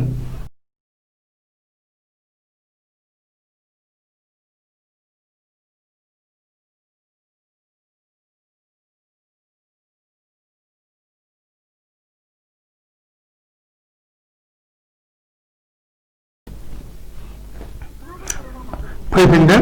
जोङो दा समाव उदालगुरिनि हाल सालनि सायाव जोङो सुलुं लानि प्रफुल्ल बर' आथिखालाव उदालगुरिनि हालोदा मा रोखोमै दं आथिखालाव उदालगुरिनि हालोदाथ' माने थांलाय फैलाय मानसिफोरनि बे जिथु जगाजग बे एखेबारे ब्लकेट माने मोनफ्रोमबो माने लामाफोरा दायो गारि गुरा गैखाया रायजो राजाफोरा न' सिङावनो हाबनानै दोङो बेराफारसेथिं जों नुबाय बे कर'ना भाइरासनि थाखाय खिन्थु मेडिकेलफोराव जेसेबांखिनि माने फार्स्ट ट्रिटमेन्ट खालामनो जेसेबां सुबिदा थानांगौ खिन्थु जों बेफोरखौ एसे लेहेम नुनो मोनदों दासिमबो माखासे मास्कफोर एबा मुलिफोराबो गैयामोन नैबे भेरगावनि दा मोनसे मडेल हस्पिटाल दङ बेहायबोथ' जेबोआनो गैया दा बेबायदि बेराफारसेथिं माने जे जोंनाव उदालगुरि जिल्लायाव गुबुन गुबुन जायगायाव फरायहैनाय बा खामानि मावनो थाहैनाय बिथांमोनाबो फैनानै खिन्थु न'आव माखासे लकडाउन जाना दङ बिथांमोना दायो साफा सानैखौ माने खोनानो मोनदों बिथांमोना सोरबा सोरबा एसे गुजुनाय आरो बे गगा मोननानै लोमजानायखौ खिन्थु बेखौनो माने जायफोर मेडिकेल डिपार्टमेन्टआ बिथांमोनखौ लांफैनानै नायहैदों दा उदालगुरि लांनानै नायबा खिन्थु माने गासिबो नेगेटिभ ओंखारदों दासिम लासै माने पजिटिभखौ मोननाय जायाखै थारमाने आइसोलेसन वार्डआव दोननाय जायाखै रावखौबो आइसोलेसन वार्ड हिसाबैथ' माने जोंनि बायदि खुनु जेबो बेबस्थायानो गैया दिनैसिम उदालगुरियाव जिखिनि मोनफा मोननै दङ बेहाय माने नायदों ट्रिटमेन्ट खालामनानै सानसे लाखिदों नायदों बेनिफ्रायनो 11 फैनो बिदि आरो बायजोनिफ्राय फैनाय मानसिफोरा गुजुनाय लोमजानाय दंमोनब्ला गगा मोननाय दंमोनब्ला दा बिसोरनि बे गगा मोननाया लकेल मानसिफोरनाव सन्देराखैथ' गैया बिदिथ' जाथ'वाखै माने सरासनस्रायै माने जोंनि मानसिफोरा बांसिना बेखौनो खालामदों जे सिगाङाव माने जेरैबायदि बोथोर सोलायनाय लोगो लोगो जेनेबा गुजुनायावथ' फ्राय थायो मानसिफोरनो बिदिखौ सानदों अब्ला जायफोर बांसिन बिदि जादों बिथांमोनखौ माने मेडिकेलसिम माबा खालामनो थाखाय ट्रिटमेन्ट खालामनो थाखाय हरनाय जादों माखासे बेबायदि खिन्थु पजिटिभ माबाया फैयाखै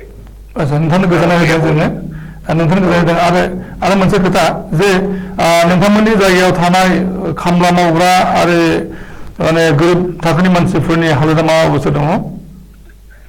जोंनि ओनसोलावथ' फ्राय बेखौ माने गाज्रि जाथ'वाखै माने बिदि माने जानाय लोंनायफ्राबो माने एसे माबायानो दङ खिन्थु लासै लासै खस्थ' जागोन मानसिफोरनि खिन्थु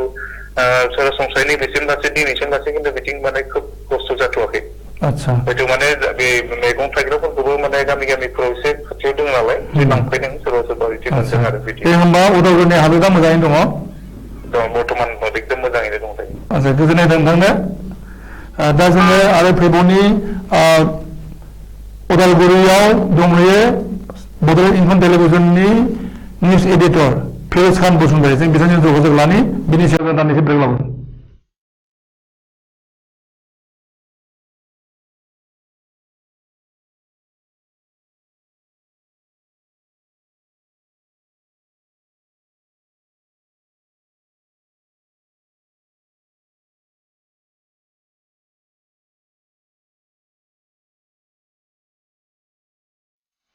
फैफिनदों फिर'ज खान बसुमतारी बिथाङा बड'लेण्ड इंखन टेलिभिजननि निउज एडिटर बिथाङा आथिखालाव उदालगुरियाव दंहैयो बिथाङा उदालगुरिनि गामि गामि मा हालोदाव दङ मानसिफोर बेखौ नायबिजिरदों आरो बिथाङा गावनि बांबुंथिखौ बुंगोन फिर'ज बसुमतारी नोंथाङा दा समाव बहा दङ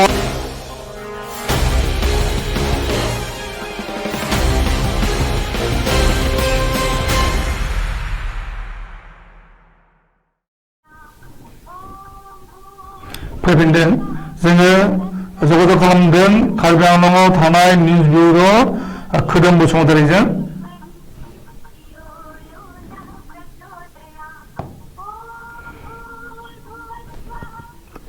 जगाजग मोननो हायाखै जोङो थांफिननि डक्टर सानसां बसुमतारी बिथाङा लाइनाव दङ जों बिथांजों जगाजग खालामबावनि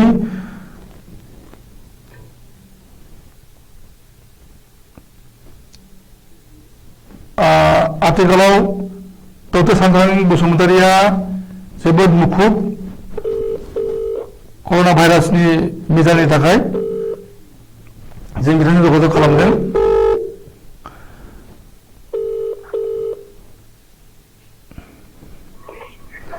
डक्टर सानसां बसुमतारी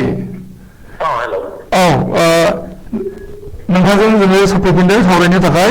बिनि सिगाङावनो सासेनि सानजां बसुमतारी हेलौ खोनादोंना खोनादों सानजां बसुमतारी हेलौ सानजां बसुमतारी आच्छा जे नै आं लाइनाव दङ सासे बिथांजों जोङो बिथांनिफ्राय मोनसे लानानै मा बुंनो नागिरदों बिथाङा आरो बिथांनि एन्सार नोंथाङा हरनांगौ हेलौ नोंथांनि मुंखौ बुं आरो नोंथांनि जेंना आं खोदोम बसुमतारी आच्छा आङो कार्बि आंलंनिफ्राय बुंदों खोदोम बसुमतारी दे बुं दे नोंथांनि बुंनांगौखौ बर्थमान जिथुनिखि दा कर'ना भाइरासनि दावराव लानानै दुलाराय बुहुमावनो जिथुनिखि गिख्रंथाव मोनसे थासारि सोमजिदों दा बे बेलायाव जोंनि भारत हादरावबो आथिखालाव जों मोनथियो फ्राय 900निबो बारा नाख्रेब जाबाय आरो 27निबो बारा 27 जन दासिम थैबाय दा बे बेलायाव जोंनि आसामजों लोगोसे कार्बि आंलं डिस्ट्रिक्टआवबो जिथुनिखि बेनि जे सांग्रांथिनि जे राहाफोर बे सांग्रांथिनि राहाफोरखौ जोङो माखासे माने डक्टरफोरजोंनो लोगोसे माखासे आसाफोरनिबो बिथांमोना गामि गामि हाबनानै माने सांग्रांथिनि माखासे राहाफारिखौ जोङो होगासिनो दङ आच्छा लकडाउननि थाखाय गोरिब गुन्द्रा मानसिफोरा मा अबस्थायाव गोलैदों आथिखालाव लकडाउनखौ नोजोर होयोब्ला दानि गोरिब गुन्द्रानि थासारिया खोब माने एसे साननो गोनां मोनसे अबस्था जाना फैदों मानो होननानैब्ला माखासे हाजिरा मावनानै जाग्रानि माखासे बाथ्रा थाबाय जेराव नोङो गामियारिनि बाथ्राखौ जों एसे गोजानाव दोनबावदों टाउन सहराव थानाय माखासे थेला नानानै जाग्रा माखासे बन फाननानै जाग्रा बेफोरनि बेलायाव जोंहा एसे खोब माने एसे गाज्रि मोनसे अबस्थायाव जोङो गोलैनायखौ नुनो मोनदों जुदि लकडाउना गोबाव समसिम जुदि थानांगौब्ला हयथ' जोंखौ सरकारा माबे मोनसे राहाजों माबा मोनसे जुदि खालामनानै होआब्ला जुदि नोंथांमोननियाव कार्बि आंलं अट'नमास काउन्सिल दङ कार्बि आंलं अट'नमास काउन्सिल दङ बे हिसाबै बे काउन्सिलनिफ्रायथ' गोबांथार मदद मोननांगौ काउन्सिलनिफ्राय जों बेखिनिखौ दासिम मोनथिनो हादों आरो काउन्सिला माने जानाय लोंनायनि बेलायाव जिथुनाखि मुवा बेसादफोर जोंनो रानना होनांगौ बेखिनिखौ जागायजेनबाय प्रपारलि बे बुस्थुआ दासिमबो माखासे जायगायाव सौफैयाखै हयथ' बिथांमोना हास्लाबाखै आरो जेरावनोखि लकडाउन होननानै बुंनाय लोगो लोगो गोबांखिनि माने माखासे लामाफोरनि माने लक जानानै थानाय आरो माखासेफोरनि थांनाय फैनायनि बेबस्थाया हयथ' एसे गाज्रि बे बेलायाव माने गोबांखिनि माने कर्मचारिफ्राबो माने नांगौखिनिखौ माने बेयाव बाहायनो हायैयाव सौफैस्लाबाखै आरो बेबायदि मोनसे उसुबिदाया कार्बि आंलंआव जादों आच्छा बेनिफ्राय कर'ना भाइरास सन्देरनाय मानसिफोर दं नामा आथिखालाव जोंनि कार्बि आंलं होननानै बुङोब्ला कर'ना भाइरास सन्देरनायनि बेबायदि मोनसे सन्देहखौ जों मोनाखै खिन्थु गोजानाव खामानि मावहैनाय केरेला बेंगालर आरो जेनेबा तामिलनाडुआव खामानि मावहैनाय माखासे सेंग्राफोर दङ बिथांमोना डक्टर टेस्ट जिथुनाखि बेखौ माखासे खालामजाबाय आरो जायफोर खालामजायाखै बेखौ माने आसा कर्मिनि दारै बेखौ मुं लिस्ट लानानै खालामनायनि मोनसे राहाफारिखौ लाबाय आइसोलेसन वार्डखौ जोङो मोनथिनो मोननायाव जोंनि बे लांहिं टाउनावथ' बानायखायाखैनो जोङो डिफुनि सिभिल हस्पिटालाव हयथ' बेखौ बानायनायनि मोनसे राहाफारिखौ जों नुनो मोनदों नोंथांनिबो नागिरदों आरो नोंथाङा लाइनाव थाबाय था नोंथांखौ जोङो जगाजग खालामफिननो हागौ डक्टर सानस्रां बसुमतारी नोंथाङा आथिखालावहाय जेनाखि कर'ना भाइरासनि इसु बेखौहाय दहायनो बुंखाबाय जे माखासे निजा लानाय जादों सरकारनि बिथिंनिफ्राय आरो डक्टरफोरनि बिथिंनिफ्राय बे बाथ्राया ओरैनो जे गोरिब गुन्द्राफोरा मा जानानै थागोन 24 सान फैगौ 14 एप्रिलसिम लकडाउन हाथाय बाजार बन्द खामानि दामानि बन्द दा बे बेलायावहाय मा निजा लानाया मोजां जागोन आं गिबियावनो आं जोंनि बर' समाजनि माखासे समाजारि हान्जा दङ बिथांमोनखौ आं रिकुवेस्ट खालामो बिटिएडि ओनसोलाव सोलिबाय थानाय मरेल कड अफ कन्डाक्टखौ इमिडियेट बोखांनो थाखाय जोंनि इलेक्सन कमिसनखौ एप्रोच खालामनांगौ आरो बिटिसिनिफ्राय जा हायो मदद अनसुंथाइ होनांगौ ओमफ्राय आसाम सरकारनिफ्रायबो जा अनसुंथाइ मोननांगौ जों बिटिआरनि डिस्ट्रिक्टआव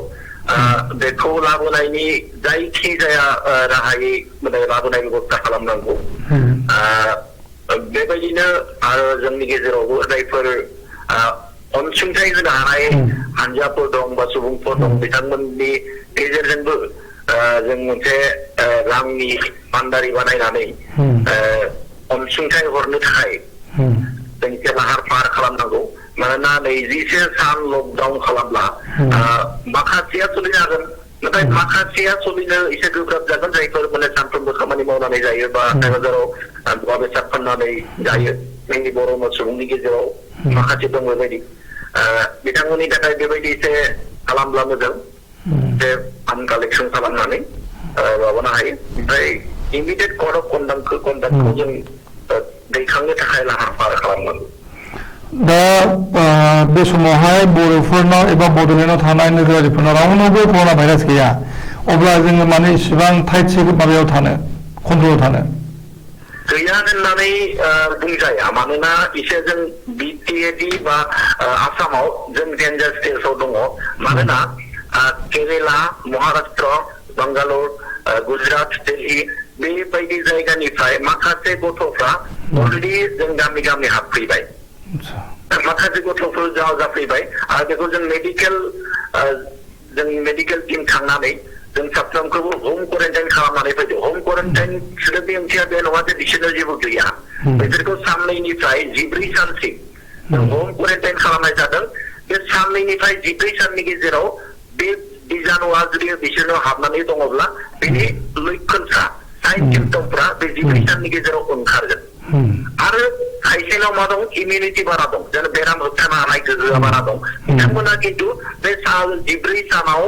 जुदियोबा बेमारनि लैखोनफ्रा नुजाया थेवब्लाबो बिथांमोना केरियार जानानै थागोन माने गुबुन सासेनियाव बेमारखौ हरनो हानाय बिसोर केरियार बायदि जानानै थागोन बेखायनो जों सांग्रां जानो गोनां बयनिफ्राय जोंनि ओनसोलाव माखासे जों बे साननैसोनि गेजेरावनो जों गोबां सुबुंखौ जों होम क्वारेन्टाइन खालामदों खायसेनिया 5 एप्रिलाव जोबगोन खायसेनिया 8 एप्रिल 9 एप्रिलाव जोबगोन बेबायदिनो बिटिएडि ओनसोलाव एप्रक्सिमेटलि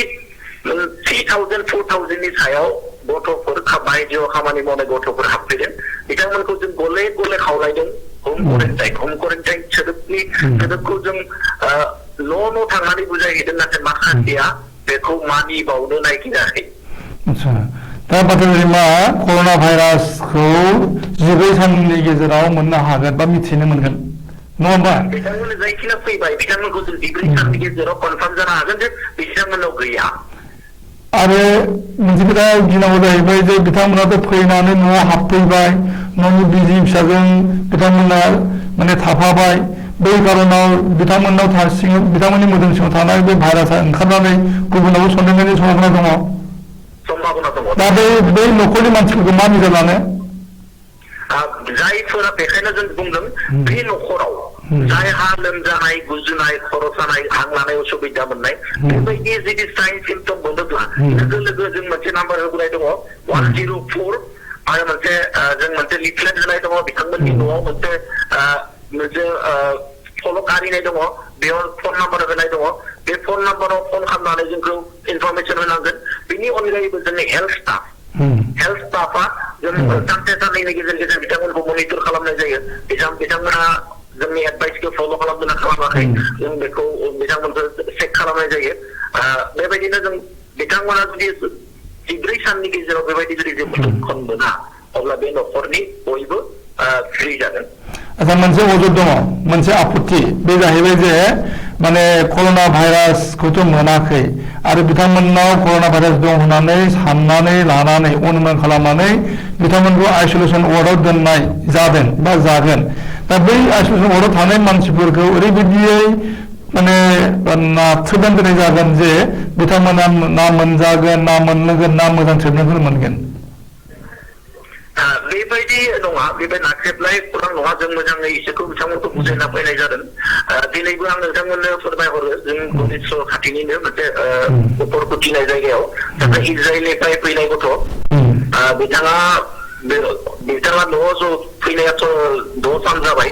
दिनै बिथाङा साइन सिम्पटम ओंखारदों गुजुनाय गगा मोननाय लोमजानाय आरो माने लुज मसन माने दै खिनाय बेबायदि सिम्पटम मोनदों बिथांखौ जों लोगो लोगो जिएमसिआव हगार हरनाय जादों बिथांनि इनभेस्टिगेसन सोलिबाय थादों बेबायदि जुदि साइन सिम्पटम थानाय मानसिखौ फैफ्लांनानै दङ बिथांनि अलरेडि बिथांनि लोगोफोर इराननिफ्राय फैफानाय लोगो उत्तर प्रदेशनि बिथाङा अलरेडि पजिटिभ ओंखारदों उत्तर प्रदेशआव गतिके vulnerable patient बेफोर जाबाय vulnerable patient बिथांनाव थाफानोबो हागौ बेबायदि जुदि सोरबा सासे जुदि फैदेरोब्ला जोंनि गेजेराव आसामाव दासिमबो आसामाव ओंखाराखै फैदेरोब्ला सासेनिफ्राय सानै सानैनिफ्राय साब्रै साब्रैनिफ्राय दाइन बेबायदि लोगो लोगो जोंनि गेजेराव बारदेरलांगोन बेखायनो बिथांमोना एसे गाव खस्थ' सहायनानैब्लाबो न'खरखौ बासायनो थाखाय रायजोफोरखौ बासायनो थाखाय गावबो मोजांनि थाखाय एसे खस्थ' सहायनानैब्लाबो बे जा नेमखान्थि होनाय जे 14 साननि गैया होननानै बुंनो हाया बिथांमोनाव मानोना जों जितु स्क्रिनिं खालामो स्टेशनाव बा एयारपर्ट माने एयार स्टेशनाव चेकिं खालामनाया अनलि थार्मेल स्क्रिनिं होननानै बुङो जों बेखौ जास्ट बिथांनाव गुलोमजानाय दङ नामा बेखौ सिनायनाय जायो खिन्थु बिजानुआ दङ ना गैया बेखौ जों मोनथिस'वा बेखायनो माखासेया भाबिदों जों स्टेशनाव टेस्ट खालामना फैदों बा जों फ्लाइटआव टेस्ट खालामना फैदों बिथांमोना बुङो माने जों टेस्ट खालामदों नाथाय टेस्ट नङा बियो जास्ट थार्मेल स्क्रिनिं होननानै बुङो बेखौ बिथांनाव लोमजानाय दङ ना गैया बेखौल' नायो नाथाय फैनायनि उनाव 14 सानसिम जों बिथांखौ जि जायखिजाया राहायै ह'म क्वारेन्टाइन खालामना लाखिनांगोन जानाय लोंनायाव जेबो असुबिदा गैया न'नि मानसिफोरा बिदिनो जानाय लोंनाय होगोन मात्र साखोन सिखोन थानांगौ न'नि बाकी सुबुंफोरजों बारा दांला दांसि खालामनाङा सन्देरनाय बेराम जाबायथ' सन्देरनाय बेराम बेयो दा सन्देरनाय बेराम हिसाबै न'निबाथ' बयनावबो सन्देरजोबसै न'नि मानसिफोरनावहाय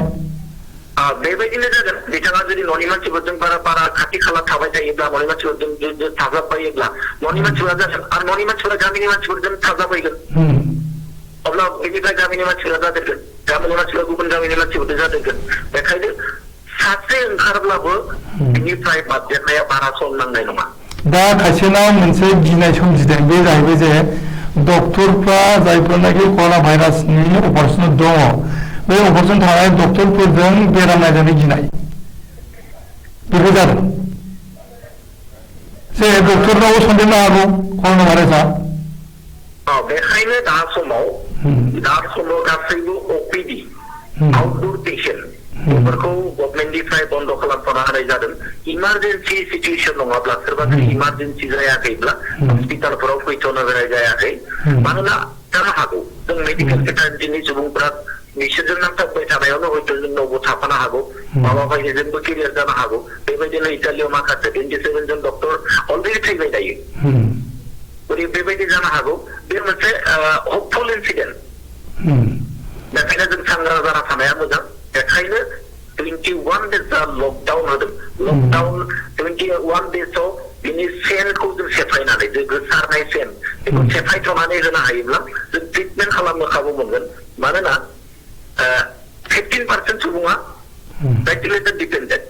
आइसिइउ भेन्टिलेसन डिपेन्डेन्ट बिसोरनो जों अक्सिजेन आरो भेन्टिलेसन होनो गोनां जायो 15% पेशेन्टआ जुदि 15% पेशेन्टनो जों भेन्टिलेसन होनांगौब्ला आइसिइउ लाखिनांगौब्ला जोंनाव थोजासे बेबायदि हस्पिटालाव बेबायदि फेसिलिटि गैथ'वा दा मोनसे सुलुङा जाहैबाय जे बे गुदुङाव बा गरमाव थानो हाया बे भाइरासआ आरो साबोनजों सुयोब्ला एबा माने साबजों आखाइ सुयोब्ला बा डेटलफोरजोंबो बा ब्लिचिं पाउडारफोरजोंबो बेयो माने थैयो बे बिजानुआ बेबायदि बुंनाय जादों दा जोंनि बड'लेण्डआवथ' माने बा आसामा बा भारतनि बारहावायाथ' गुदुंथार दैज्लां फैबाय गोलोम बोथोर फैबाय दा बे हिसाबैहाय माने कर'ना भाइरासआ जोंनियावहाय दा माने थानाय नङा नामा बेखौ दासिमबो अन रिसार्च दङ रिसार्च खालामबाय थादों जायखिजाया गोदान मोनसे भाइरास फैनायनि उनाव बेनि स्टाडि खालामनो थाखाय मिनिमाम 6 मान्थ सम नांगौ 6 मान्थनि उनावसो डिटेल ओंखारो बेनि माने माबायदि इन्जेक्सना बेजों बेनि प्रिभेन्सन खालामनो हागोन माबायदि मेडिसिना बेखौ माबानो हागोन टाइम थायो बेखायनो बे भाइरासआ जिहेतु नभेम्बर अक्ट'बरनि लास्ट आरो नभेम्बरनि फार्स्ट उइकआव ओंखारदों दासिमबो 2 मान्थ जायाखै बिनि सायाव स्टाडि सोलिबाय थादों माखासेया एग्जाम खालामदों इटालि इउएसए स्पेन बेफोरनि टेम्पारेचारा एसे खम बेखायनो बेफोराव बांसिन नाख्रेबदों होननानै माखासेया माने माखासे साइन्टिस्टआ एजाम्पसन खालामदों नाथाय दासिमबो रोखायै बुंनो हानाय जायाखै नाथाय मोनसे बाथ्राया थार जे जों साबोन सार खारै बेबायदि बेसादजों जुदि जों आखाइखौ मोजाङै सुयोब्ला भाइरासआ थैनाया 100%. मानोना बे भाइरासनि बिखुङाव DNA होननानै बुङो बिखुङाव फेट्स आरो प्रटिन मोननै गोरोबनानै मोनसे लायार जायो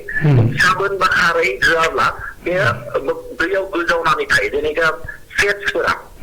मेजेमफोरा दैयाव गोजावना थायो बेबायदि गोजावना थायो साबोनजों होनाय लोगो बे फेट्स आरो माने प्रटिन बे लायारा जिथु खोबग्रा बे मोदोम खोबग्राया बे गावस्रालांनायनि उनाव भाइरासआ गावबा गाव थैलाङो आच्छा दा मोनसे बाथ्रा जाहैबाय जे बर'फोरनि माने जानाय माने हुदा ओंख्रि ओंखाम जानाय हुदा बेयो माने मेडिसिनारि होनना बुंनाय जादों नङा होमबा जेरैहाय माने बे बड'लेण्ड हालामा भुटान डुवार्समोन बे भुटान डुवार्सआव माने मेलेरिया जाम दंमोन गोदोनिफ्रायनो आरो जि समावनाखि माने ब्रिटिशफ्रा फैजेनदोंमोन भुटानाव हाबनो नागिरदोंमोन बै समाव बे भुटान डुवार्सआव खालि बर'फ्राल'नो दंमोन मानो बुङोब्ला गुबुन जाथिनि मानसिफ्रा बेयाव हाबफैब्लानो मेलेरिया जानानै थैयो खिन्थु बर'फ्रा मेलेरिया जानायखौ बायदिसिना माने ओंख्रि जानानैनो बा माने बेसादफोर जानानैनो सोखानो हानाय जादोंमोन बिदि बुंनाय जादों दा बे हिसाबैहाय आरो मिथिनो मोननाय जादों जे माने जेनाखि कर'निया भाइरास बेनि मेडिसिन दा बेवहायलायनो माने मेलेरियानि माखासे मेडिसिनफोरखौ बाहायनो होनाय जादों बाहायनो होनाय दासिमबो होआखै रिसार्च खालामबाय थानाय जादों बे हाइड्रक्सिक्ल'रकुइन मुंनि मोनसे क्ल'रकुइन मेलेरियायाव होनाय एन्टि मेलेरिया ड्राग होननानै बुङो जों बेखौ बे मेलेरिया ड्रागआ प्रिभेन्टिभ मेजार हिसाबै बेमारखौ जानायनि सिगाङावनो जा जों इमिउनिटि ग्र' खालामनांगौ मेडिसिनखौ जानायनि उनाव जायो होननानै मोनसे स्टाडि सोलिबाय थादों जुदि मोजां रिजाल्ट ओंखारोब्ला जोंनि थाखाय मोजां आरो माने आरोबाव मोनसे जोंनि बर' सुबुंनि थाखाय मोजां माने जों हाग्रा बंग्रा थानायावनो माखासे मोनसे समाव माखासे माने आसाम आरो नर्थ इस्टार्न एरियायाव मेलेरिया जादोंमोन मोनसे समाव मेलेरिया जानायनि उननिफ्राय जों गोबां सुबुङानो हाइड्रक्सिक्ल'रकुइनजों प्रिभेन्टिभ हिसाबै लानाय जादों जों ब्लाड टेस्ट खालामनाय लोगो लोगो जों गरब्रै क्ल'रकुइन टेब्लेट हाइड्रक्सिक्ल'रकुइन टेब्लेट जों जाबोदों सिगांनो माखासेया जादों हयथ' बे जुदि रिजाल्टआ मोजां जायोब्ला जों एसेब्लाबो जों प्रटेक्टिभ होनानै जों गावखौ सानजागोन नाथाय दासिमबो जेब्लासिम माने बे स्टाडि मेटेरियल्स ओंखारा मोजां रिसार्च माने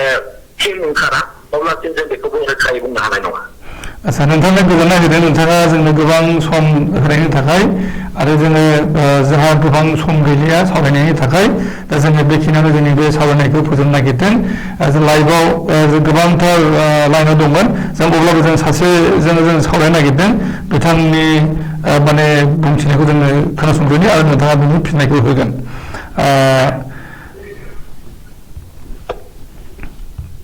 बिथाङा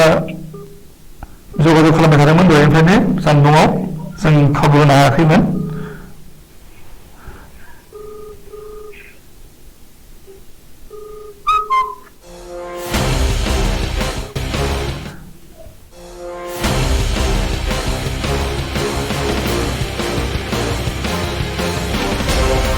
कर'निया भाइरासनि जेनाखि गिनाय बेखौ बर'फोरा एसेबां गिनांगौ होननानै साननांगौथ' नङा ना नोंथाङा मा बुंनो नागिरो डक्टर सानजाम बसुमतारी नोंथाङा सोंनो नागिरदों नोंथांनि मुंखौ बुं आरो बबेनि लाइन दानजादों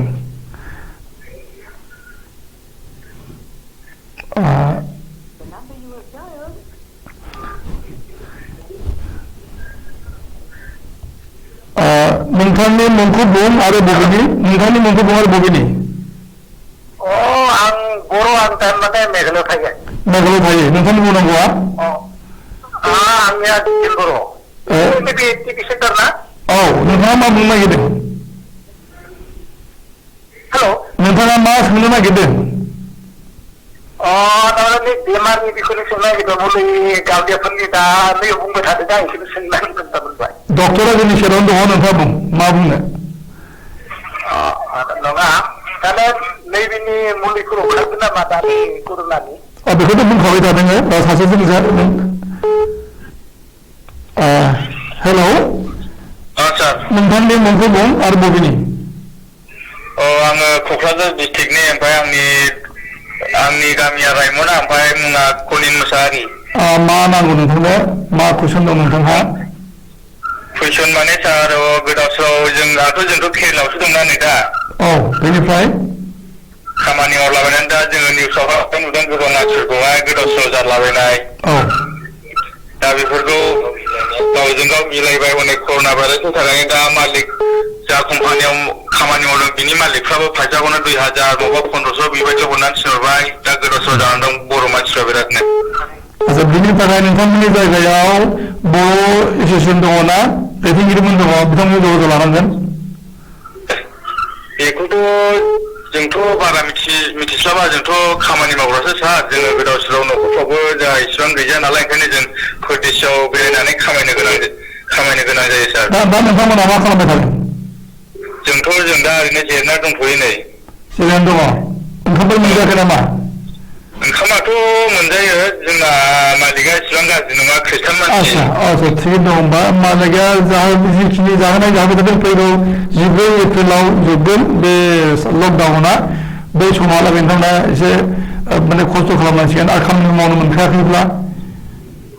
खामानियाथ' जों मावगासिनो दं नै जोंना खामानिया सोलिदों सार जोंनि थाखाय इसेबां माबा गैया बे गुबुननि थाखाय बे निउसाव नुलाबाय जों बिराद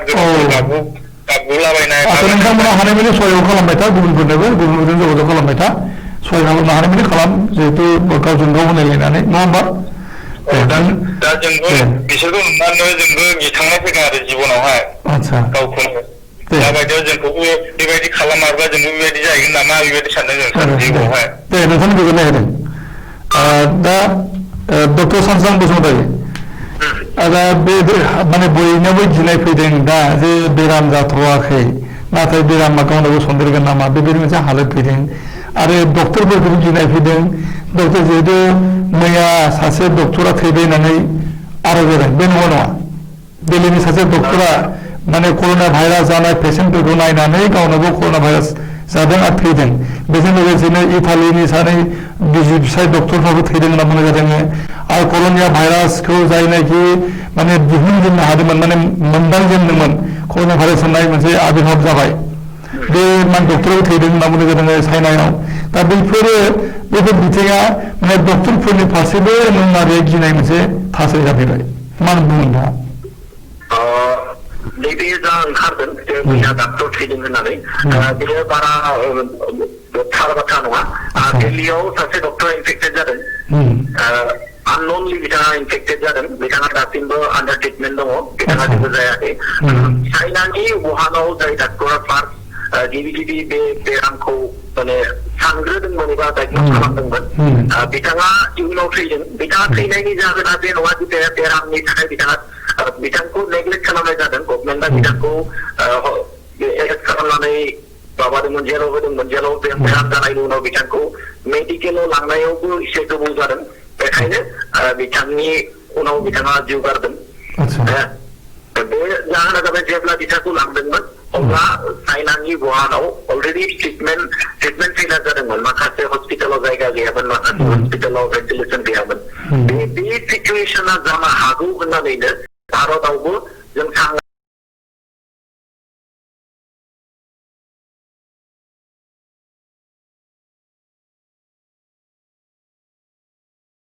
केरेलानिफ्राय फन खालामनाय बिथाङा बुंदों बिथांमोना गिनो गोनां जेबो नङा जेराव जाय इन्डास्ट्रियाव बिथांमोना खामानि मावो जाय जायगायाव बिथांमोना थायो बिथांमोना 14 तारिखसिम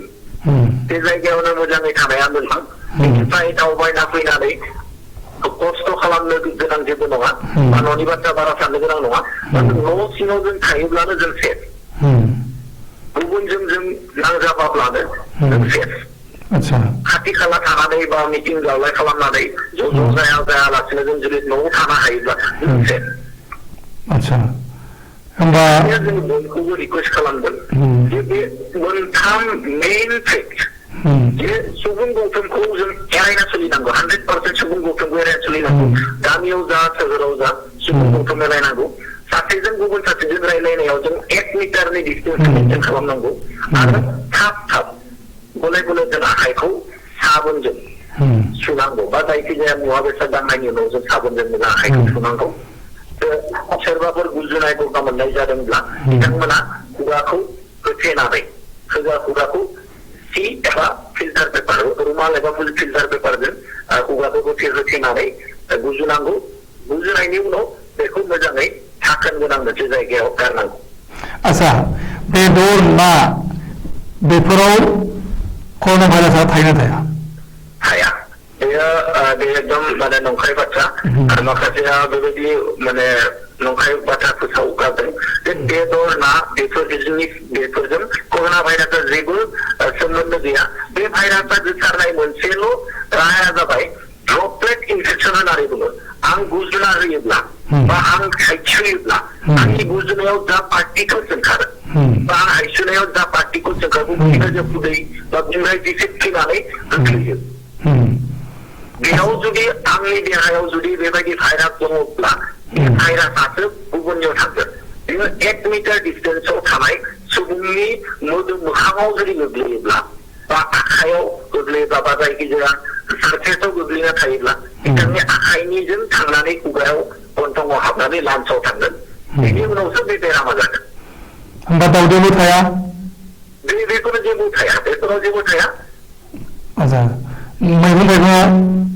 मैगं थाइगं जायखिजाया मैगं थाइगंखौ मोनसे मा खालामनांगौ जों सारफेस होननानै बुंदों जों बेखायनो सारफेसाव मैगं बेफारियानो जुदि बे बेमारजों नाख्रेबजानानै दङब्ला बे हायसुगोन गुजुगोन बे मैगंनि मोदोमाव नांनानै थागोन। बेखौ जुदि जों लानानै थांबाय लानायनि उनाव जोंनि आखायाव नांगोन आखाइनि उनाव जों जुदि गन्थंआव दाङोब्ला खुगायाव दाङोब्ला बा मेगनाव दांफ्लाङोब्ला बेयो जोंनि सोलेराव हाबगोन हाबनायनि उनाव बियो बेराम जागोन। आच्छा नोंथाङा जोबोद गोजोननाय होदों। नोंथाङा जोंनो बेखिनि सम होबाय आरो गोबां सांग्रांथियारि बाथ्रा फैदों। नोंथांनि बे बुंथिनायनि गेजेरजों जोंनि बर'फोरा बड'लेण्ड टेलिभिजननि नायगिरिफोरा गोबाङैनो माने उपकार जागोन जों मिजिं खालामदों आरो दिनैनि बे सावरायनायखौ फोजोबबाय होननानै फोसावबाय। गोजोन्थों, खुलुमबाय।